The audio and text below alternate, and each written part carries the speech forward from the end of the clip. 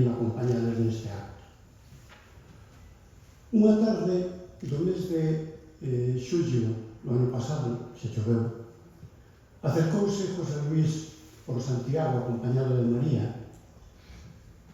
Chamoume antes para decirme se podíamos vernos e, indudablemente, a mí, cando me chama José Luis, escoito recordo aquilo dos panchos e tú me dices, ben, lo dejo todo.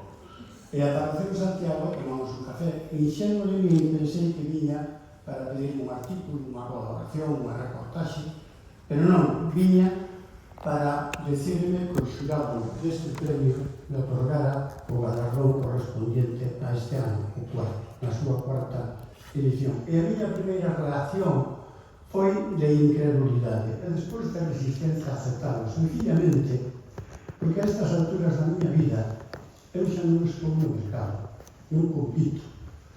Non compito nin busco visibilidade alguna. De certo modo pensaba que este premio é máis propio da xente que ainda está no lugar de traballo, que ainda está traballando, que ainda está en pleno exercicio da vida laboral. Pero o editor de un diario lembrou-me que este galardón non premia o presente, senón que é un reconhecemento a unha trayectoria humana e profesional. E, ademais, na súa estrategia de convicción que José Luis manexa con maestría, utilizou o comodín da unanimidade do xurado. Entonces non pude negarme a aceptar este premio que agradezo profundamente que me deis hoxe. A miña actividade profesional desenvolveuse en Caixa Galicia como director de comunicación durante bastantes anos e despois como director da fundación da entidade onde rematei a vida laboral. Sempre entendí a comunicación corporativa como unha ferramenta estratégica que conecta a empresa ca súa contorna interna, os empregados, e ca súa contorna externa, a sociedade en xeral, a través sempre dos medios de comunicación. O seu obxectivo, o obxectivo da comunicación, é crear, reforzar e modificar a opinión que tanto os empregados como a xente, sobre todo a sociedade, ten desa empresa. Neste senso, o meu enfoque comunicacional resumíase nunha frase: a comunicación é a arte de facer aliados permanentes. En primeiro lugar, facer aliados entre a empresa e os seus clientes, os seus accionistas, a opinión pública, mediante unha información fidedigna, relevante, regular e comprensible. Se os clientes e os accionistas están ben informados, indudablemente están moito máis vinculados e encellados á empresa. En segundo lugar, facer aliados dentro da propia organización mediante a comunicación interna. Un traballador, un empregado que recibe información sobre o que fai a empresa, por que o fai, cara a onde camiña e, sobre todo, sobre a súa conta de resultados, está moito máis motivado, traballa mellor e convértese no seu mellor embaixador. Por iso, a empresa que comunica ben cara dentro e cara fora mellora a eficiencia, xera un impacto positivo na sociedade e acata os seus objetivos, que é a función de todos os departamentos empresariais, incluída a comunicación. Comunicar con claridade, con honestidade e oportunidade é unha boa inversión empresarial e coido eu que tamén é unha excelente decisión na nosa vida familiar e social. Tranquiliza saber que o que fixemos naqueles anos sería válido para hoxe. Claro que agora contaríamos con canales de comunicación infinitamente mellores despois da eclosión das redes sociais e da inteligencia artificial. É unha obviedade dicir que un factor determinante da comunicación corporativa son os medios de comunicación, a través dos que circula a información cara á sociedade. Eu teño que dicir que me sinto moi orgulloso de ter mantido relacións profesionais e moi cordiais cos xornalistas da Coruña, de Galicia, de Madrid, das cidades españolas onde estaba implantada a Caixa Galicia e cos xornalistas do Porto, a onde a Caixa chegara nos anos 90. Intercambiei con eles centros de noticias, compartín encontros culturais e gastronómicos, e o máis importante, nas nosas relacións sempre prevaleceu o código ético do respeto profesional. Debo dicir que nesta longa relación consolidei ca maioría unha entrañable amizade. Porque se algo aprendí ao longo da miña actividade é que comunicar é moito máis que transmitir noticias. É crear confianza, construir pontes, coidar as relacións para fortalecer os vínculos profesionais e de amizade. É crear un clima de axuda mutua e de confianza intensa. Neste senso, non debía andar moi descamiñado no modelo de comunicación e na relación cos medios, porque no ano 1996 os xornalistas da Coruña, aquí hai varios, outorgaronme o Premio Cristal á Transparencia Informativa. Aquela distinción foi especialmente significativa para mí, porque non hai mellor validación da túa actividade de comunicación corporativa que os xornalistas que te observan desde fora, con cordialidade, pero tamén con unha gran exixencia profesional.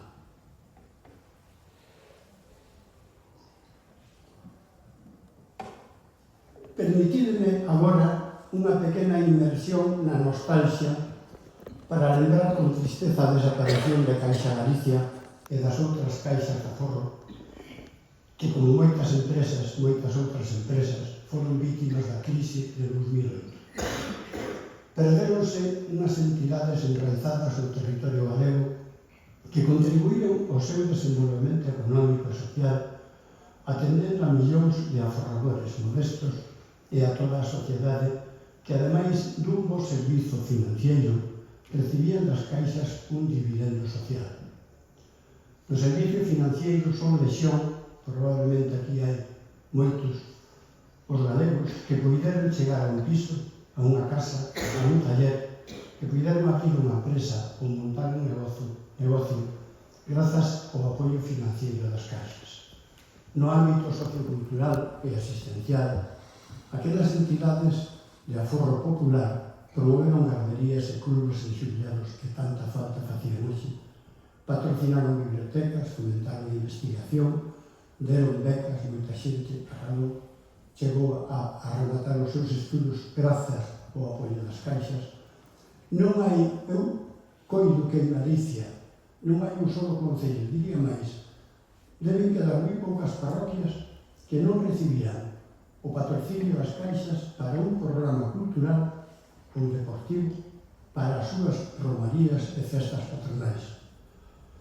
Bótanse de menos agora aquelas entidades que desapareceron por problemas de xestión, por fallos graves na supervisión e por un proceso de concentración bancaria que estimulou a voracidade dos bancos para eliminar as caixas que xestionaban nada máis e nada menos que a mitade do sistema financiero español. Eran uns enemigos a batir.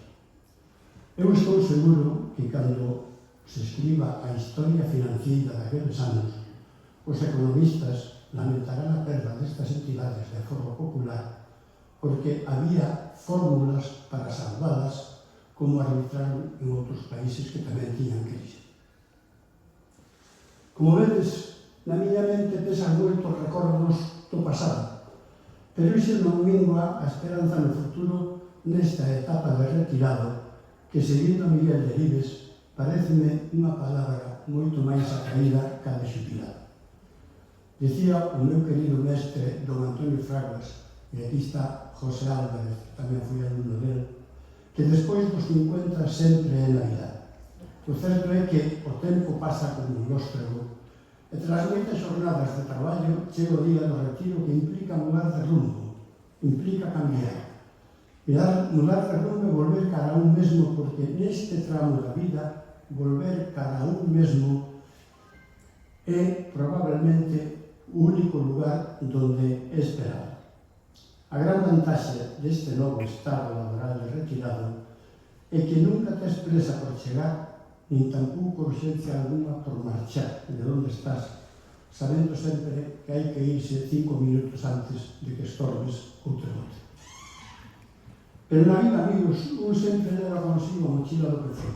E eu mantido no oficio de comunicar, despois de retirado, en tertulias radiofónicas e televisivas, e sigo saciando ese apetito comunicacional con artigos semanais en varios xornais galegos, entre eles Mundo Mundial, desde sempre, onde comento aspectos da historia continuada da nosa cultura, das nosas grandezas e miserias, do que ocorre na vida diaria.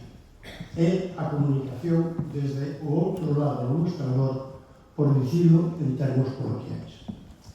Teño que dicir que sempre escribí nos medios e falei nas tertulias, nas radios, con liberdade, que o dicionario da RAE define como estado ou condición de quen non é escravo, de quen se considera libre. A liberdade de prensa, amigos, dela falou José Luis Santos tamén, é fundamental en democracia. Non só garantiza que os cidadáns estean ben informados, senón que actúa como contrapeso frente aos abusos e a opacidade dos gobernos, de todos os gobernos, sin especificar en ningún.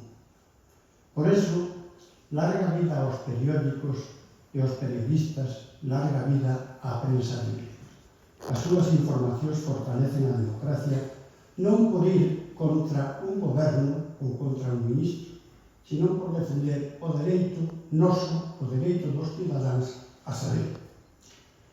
E eu teño a sensación de que valoramos pouco esa liberdade conquistada fai cerca de 50 anos, que en palabras de Don Quijote es uno de los más preciados dones que a los hombres dieron los cielos. Ademais, nesta etapa de retirado, conto con reservas anímicas moi sólidas en dous bancos que nunca quebran: o Banco da Familia, unida en todas as circunstancias, e o Banco dos Amigos, que atopo nos colegas da Asociación de Periodistas de Galicia, que fundou Arturo Maneiro e preside hoxe María Méndez, no Grupo Boa Xente da Coruña, que lidera Chus Castro, nos Amigos dos Martes Culturais, gastronómico-culturais de Santiago, do que forma parte, entre outros, Luís Celeiro, colega de fatigas na comunicación corporativa, el na Universidade de Santiago, que está aquí tamén presente, presididos, reunidos e baixa cálida e ilustrada presidencia do conselleiro Portomeni, que en moitas ocasións nos acompaña. En tantos outros amigos, cos que sempre podo manter unha parrafada para mallar o mesmo. Falando dos amigos, moitos veñen de Santiago, outros da Coruña, algúns de familia de Sobrado, pero quero destacar a presenza aquí de Martín Fernández Vizoso, que ven desde a Mariña Lucense. Hai que ter estómago para cruzar o Fiouco unha noite como hoxe, e dar ao Pavón, que ven desde Ourense. A eles, moitas grazas, porque é unha prova da súa gran amizade que teñen comigo. Entón, que a actividade xornalística que practico manteño activo e productivo. E con ese fondo de armario da familia e das amizades, o retiro, a condición de retirado, resulta moito máis enriquecedora. Vou rematando, amigos. E quero facelo co capítulo de agradecementos porque a min ensinaronme que é de ben nacidos ser agradecidos. Como mando o protocolo, comento pola autoridade competente que nos honra a presidencia deste acto. El é o alcalde de Oleiros, Ángel García Solane, que soubo converter este concello no que con orgullo proclama o seu eslogan: un concello para vivir. Debo dicir, alcalde, se me permites unha brincadeira, que desde que eu deixei de votar aquí tes un voto menos, aínda que xa sei que non te fixo falta, porque as amplas maiorías constatan o respaldo cidadán á túa boa xestión. En segundo lugar, a miña gratitude a Mundial, na persoa do seu fundador, José Luis Gómez.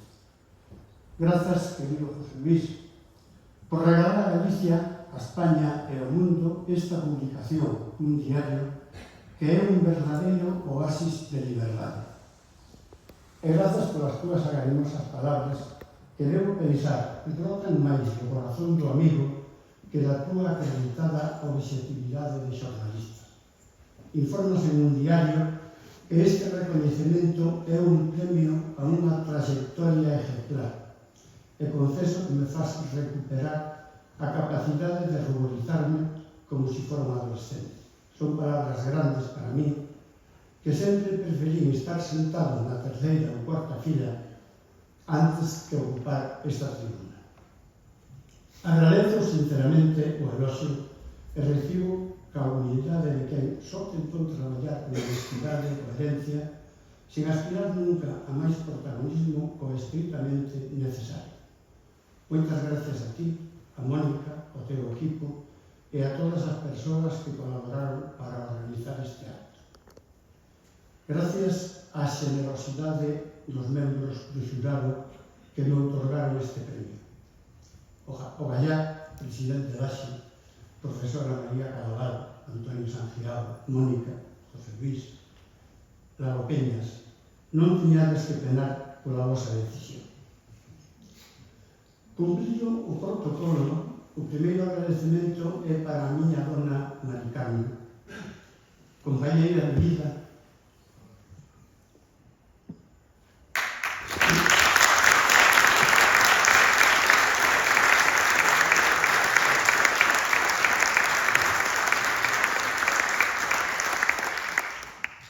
que non está aquí por lixeiros problemas de saúde. Ambos soubemos complementar as nosas profesións e na entregada ao exercicio da medicina pública no Complexo Hospitalario de Santiago e a docencia na Cátedra de Dermatoloxía da Facultade de Medicina, eu traballando en Caixa Galicia, unha empresa privada.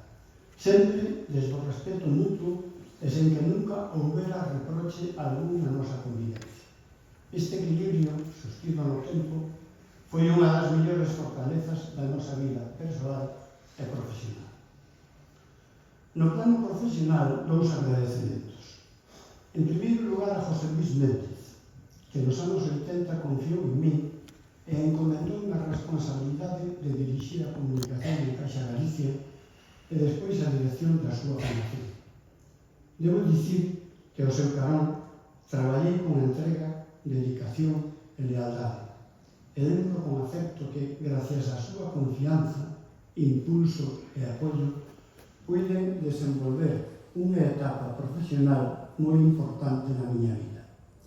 Estou convencido de que a historia fará unha análise serena do que Méndez fixo por Galicia e será máis xusta con el do que foron, están sendo, moitos dos seus contemporáneos. Grazas, en segundo lugar, neste plano profesional, o equipo que me sostivo no cargo, Alito e Luci, que estuveron sempre comigo e hoxe están aquí, como non podía ser outro xeito. A Flor, María, Luís e Luz. Con eles, con este equipo, desenvolví a política de comunicación e compartí a creenza de que comunicar con rigor equivale a facer unha empresa mellor dentro dunha sociedade exixente. Gratitude ao oficio de comunicar, un modo de vida, o meu modo de vida, que procurei exercer con dignidade, con rigor e con respeto. Se algo intentei ao longo da miña trayectoria profesional foi crear confianza, tender pontes e facer aliados. Hoxe recibo este grandioso premio como unha confirmación de que ese esforzo mereceu a pena. Grazas a moitos amigos que me comunicaron a súa vontade de estar aquí, pero non puderon vir por distintas circunstancias, entre elas a gripe. E remato co agradecemento a todos os que me acompañades neste auditorio, por estar aquí e pola atención e paciencia que mostrastes escoitándome. Moitas gracias a todos.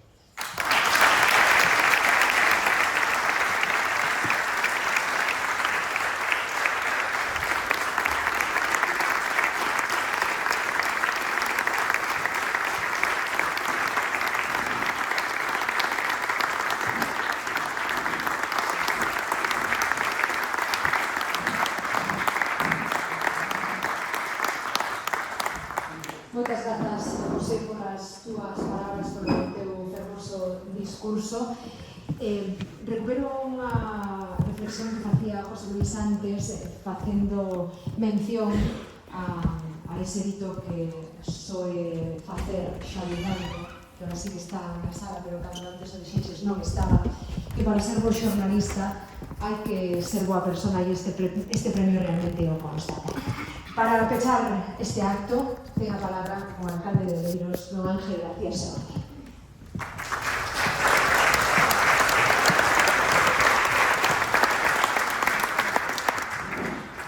Bueno, eu non son periodista, son político, non renuncio a elo. En un momento, ademais, do que parece ser ante a población que ser político é ser a última escoria da sociedade. Eu non son escoria e reivindico a política de políticos sanos, decentes, competentes e que traballan polo país en distintos lugares. Eu son un deses. Por tanto, este pequeno discurso meu vai ter alguna referencia política, non? Para o Concello de Oleiros é unha honra que teña a súa sede no noso municipio un medio de comunicación global como un diario, fundado e editado polo xornalista José Luis Gómez, tamén veciño de Oleiros, un profesional da comunicación exemplar, dos que fan falta na nosa sociedade. Para que? Para garantir o dereito da cidadanía a unha información veraz, un principio fundamental para calquer democracia. Gracias, José Luis, polo teu traballo e gracias tamén por promover iniciativas como a deste cuarto Premio Mundial de Xornalismo. Un galardón que xa é unha referencia no ámbito da comunicación, por concederse a personas que, como José Castro, destacan no exercicio de un xornalismo libre, independente e comprometido por valores democráticos. Con este premio mundiario reafirma tamén o seu forte compromiso coa liberdade de expresión, hoxe ameazada, desprotexida e amordazada por algunhas institucións do Estado, pero sobre todo polas redes globais da información, que non teñen problema en difundir contidos fascistas e contrarios á razón. A civilidade e a ciencia para poñerse como locaios aos pés dos poderosos, cada vez máis poderosos. A información nos medios de comunicación limítase cada vez máis a difundir as mensaxes interesadas e manipuladas de quen as financia. E aqueles que pensan ou que se expresan libremente son silenciados. Pero si esta situación xa viña sendo grave, a presencia do terrorista máis agresivo do mundo na Casa Blanca só empeora as cousas. O presidente de Estados Unidos está arrasando todos os organismos internacionais que garantizaban a orde mundial e o respeto entre nacións, como non podía ser de outra forma, para o desenvolvemento e a convivencia dos povos. Para nada vale xa a ONU, o Tribunal de Haia ou incluso a OTAN. Un auténtico matón que asalta países, practica a piratería de nos mares, secuestra presidentes, rouba materias primas axenas e persegue, amenaza e hasta asesina a cidadáns do seu propio país, sacando o exército ás rúas dos estados que non votaron e creando milicias, como fixo Fidel no seu día, para perseguir a persoas migrantes. Trump está endiosado. Decía este día que era el elegido por Dios, ¿no? Borracho de poder. É un monstruo que non respeta a nada nin a nadie. Un clon de Hitler ou Mussolini, ao que os grandes medios de comunicación lle teñen pánico, igual que moitos gobernos democráticos, que lle acaban rendindo pleitesía por temor a verse invadidos ou ninguneados. Ante tal peligro, urxe despertar para defender a liberdade e independencia dos povos e fortalecer a liberdade de prensa, para romper as ataduras que están impoñendo o dictador e terrorista Donald Trump. Actos como os de hoxe hai que multiplicalos polos 5 continentes para ensalzar e animar os profesionais dos distintos medios de comunicación a informar e denunciar atrocidades e atropellos contra os valores democráticos, así como crimes que se cometen en todo o mundo, dos que os propios xornalistas que practican independencia informativa acaban sendo víctimas, como sucedeu recientemente en Palestina, onde o goberno de Israel asesinou a máis de 200 profesionales da comunicación. Por iso é tan importante recoñecer trayectorias exemplares como as de José Castro, unha persoa fortemente comprometida coa defensa da libertade de expresión, coa cultura, cos valores democráticos. Dende o Concello de Oleiros sumámonos a ese reconhecimento público a José Castro e animámoslo a que continúe en esa línea nos distintos medios de comunicación nos que participa, a pesar, como dice, de estar solidario.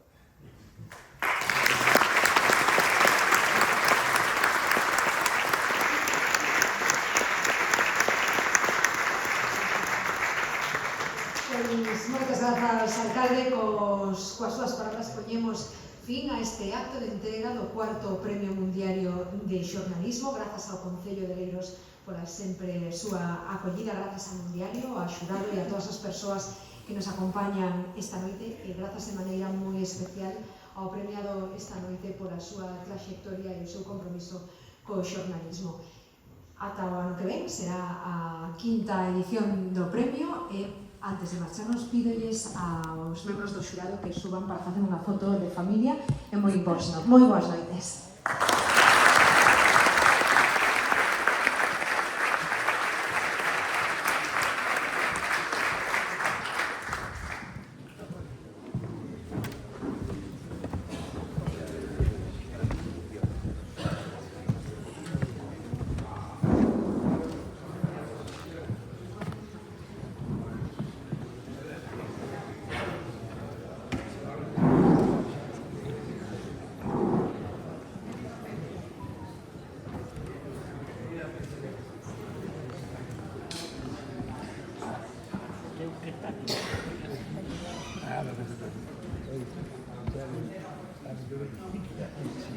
Good.